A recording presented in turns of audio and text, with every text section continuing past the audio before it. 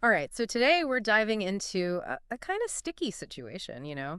Olivia Nuzzi, and this is going to be interesting for anyone who follows political journalism. Right. She's that really sharp writer over at New York Magazine, probably seen her byline. She's done some really insightful profiles. But recently, she's on leave. And the reason, a personal relationship with Robert F. Kennedy Jr. Hmm. Yeah. And of course, she's covered him professionally, which is what makes this whole thing, well, complicated. We've got CNN, Fox News, everybody's got the basic details. But what I'm really curious about is the bigger picture. Like, how does this impact how we think about journalistic integrity? Thankfully, we've got our expert here to help us unpack it all. Well, it's tricky, right? Because at first glance, this isn't some big, scandalous love affair. Both Newsy and Kennedy's people have denied anything physical going on. Right. But it does highlight how tough it can be for journalists to navigate these personal relationships, especially with social media and everything being out in the open these days. It's a minefield out there. And it gets even more complex when you consider what CNN's calling it an emotional and digital relationship. Apparently, it all started after Nuzzi's profile on Kennedy came out in New York Magazine. Interesting. Yeah, but here's the thing. The magazine's making it clear that had they known, she wouldn't have been allowed to report on the campaign. I see. So doesn't that suggest they're worried about a potential conflict of interest? Exactly, and that goes to the heart of this whole thing, journalistic ethics.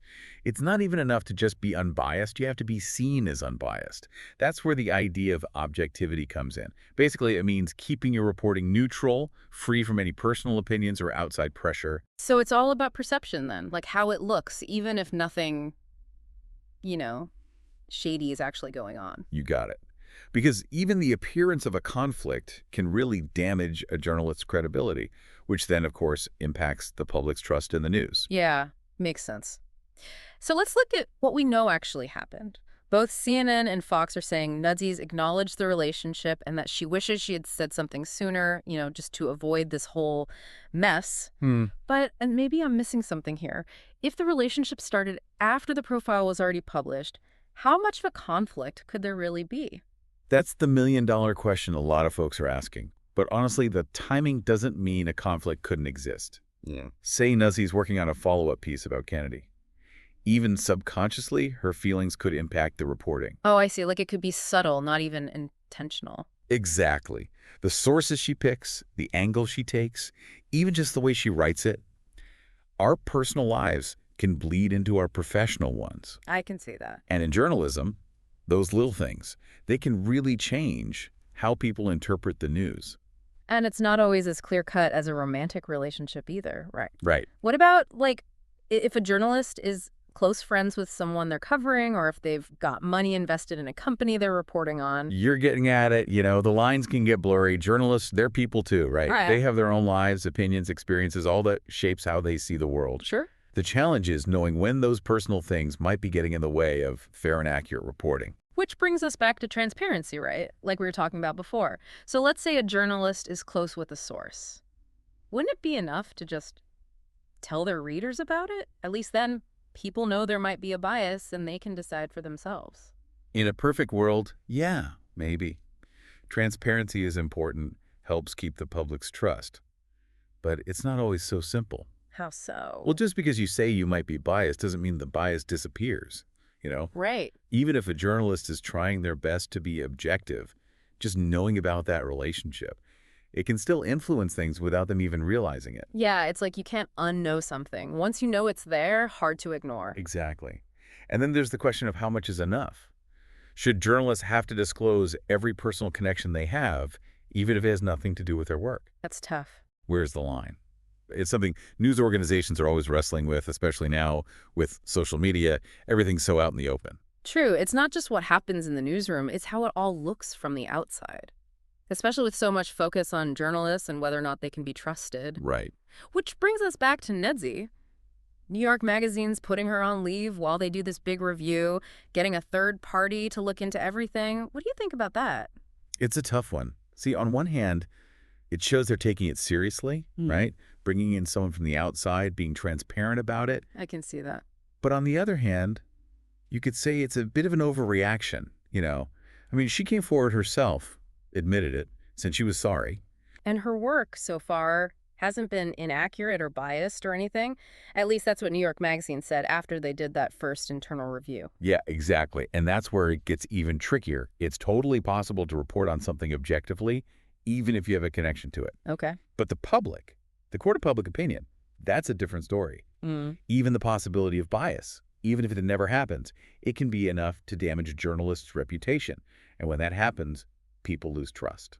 Wow. So it's this balancing act, support your journalists, but protect the publication too, and all while trying to figure out what the public is going to think. Exactly. It's a constant juggling act. Yeah. And there's no right answer. Every situation is different. Yeah. Got to weigh all the factors. It makes you wonder if there's a bigger conversation we should be having about what it means to be a journalist in this day and age, right? With social media making it so blurry, personal life, professional life. How can journalists navigate this stuff and keep the public's trust? And what does it mean for us, the people reading and watching the news, when those lines get blurred? Million-dollar questions, those are. And they're questions we all need to be thinking about, not just journalists, not just the big news companies. Because at the end of the day, if you want a well-informed public, you need a media that people can trust. It's kind of like, we're all playing this new game, but nobody told us the rules, you know? Yeah, that's a good way to put it. But before we get too far down that rabbit hole, I do want to loop back to something you were saying earlier about how our biases, they can even subconsciously impact a journalist's work. Right. That's kind of a scary thought, isn't it?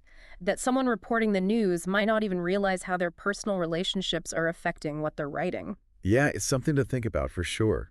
And it's one of the reasons this whole area of journalistic ethics, it's not so black and white. Right. Because we all have biases, right? It's how our brains work. Our experiences, our beliefs, the people we spend time with, it all shapes our worldview. For sure. And for journalists, people whose whole job is to present the facts fairly and accurately, well, they have to be really aware of those biases and really proactive about, keeping them in check. So how does a journalist, or anyone really, how do you even begin to unpack those subconscious biases? It's like you don't even know what you don't know. It's a process, definitely not easy, but I think it starts with self-awareness, taking a hard look in the mirror, so to speak. Journalists have to be willing to examine their own beliefs and think about how those beliefs, might be influencing their work, even if it's unintentional. Yeah. And they have to be open to different perspectives. Talk to a range of sources, Yeah. not just the ones who agree with you, and surround yourself with colleagues who challenge your assumptions, Oh, I like that.